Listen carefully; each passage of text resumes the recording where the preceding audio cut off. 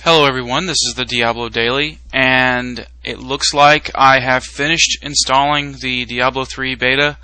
Of course, it's not available to anybody right now. You can't actually play it, but the installer is available. It's been leaked, yes, and I felt very bad about even doing it in the first place. I felt bad that it had been leaked, and I still feel pretty bad that it's leaked. And but since Force and since DiabloFans.com have decided to, just go ahead and say, yeah, we know about it, then I'm just gonna go ahead and go along with them and say, yep, this is pretty much known information. You can download it. I will provide a link in the description below.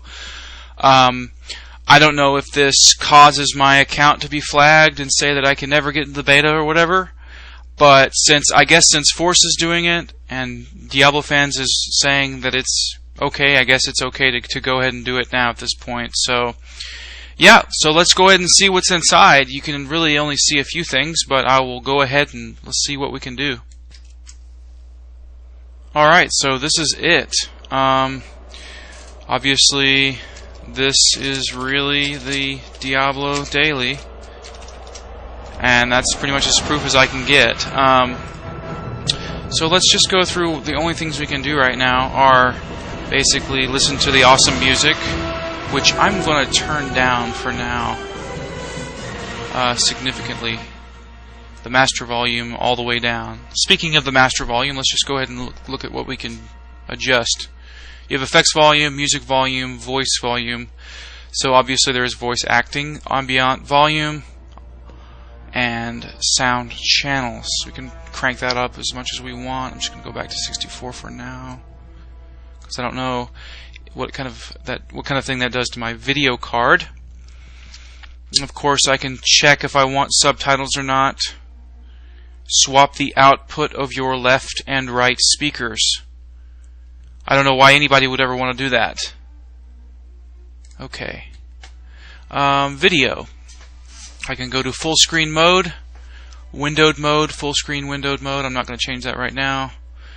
The selections are pretty nice. You get, for a beta, I mean, these are some pretty good selections. You got 16 by 10, 16 by 9, all of those in the pretty high resolutions. You notice there's not the very large 2500 by blah blah blah blah, really large giant monitor screens yet, but of course this is beta.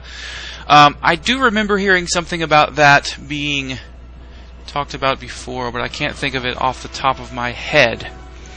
Texture qualities recommends on high, recommends on medium for shadow quality. I'm not sure why it's on medium, since I do have a very high-end machine. We'll go ahead and put that on high. Okay. FSAA. I guess that stands for... I don't know what that stands for. Maybe somebody can tell me. I'm not super into graphics and stuff. Triple buffering can improve the smoothness of your frame rate. Let's enable it then. I like vertical sync. And letterbox. Okay. Turn the gamma up. Although that doesn't seem to be doing anything right now. Maybe I have to hit OK for it to actually apply itself. Although I don't really want it high in the first place. And so apparently changing the preference there on the video card caused my game to crash, but that very well may have been because I was frapsing it. So yeah, let's just continue with the game controls. Display floating numbers above monsters showing normal damage dealt by the player. Okay, this is under general. Display critical damage numbers. Display floating numbers above monsters showing critical damage dealt by the player. Display defensive messages. Display floating numbers above monsters showing block, parries, and dodges. Okay, so this is basically like WoW type floating information above your face, above your character. Zoom in when the inventory is open. This is a cool feature. I like that. You can check out your character a little better, and it just makes it a little bit more personal. Auto-equip items. Auto-equip items when they are picked up. Okay. Interesting. You have the option to do that or not this time. Show item labels on drop. Briefly display item tooltips when the items drop on the ground. Okay. Toggle helpful in-game tutorials. Show quest objectives on minimap. Okay. Show item labels for... Oh, this is the skill set, or the not skill set, but the options that Vashiok told us about a while ago. Tooltips. There's nothing in tooltips. Other. Display injured monster health bars. Okay. Oh, you get to decide if you want to toggle it on or off or show health bars while held. Okay. And that's the same for all these, I'm sure. Interesting. And you have keyboard options. We knew about these from screenshots, and we didn't know about these though. So you can do a console window, which is interesting. The tooltip is kind of funky because, well, I mean, I'm criticizing this, but you know, it's not even in beta yet.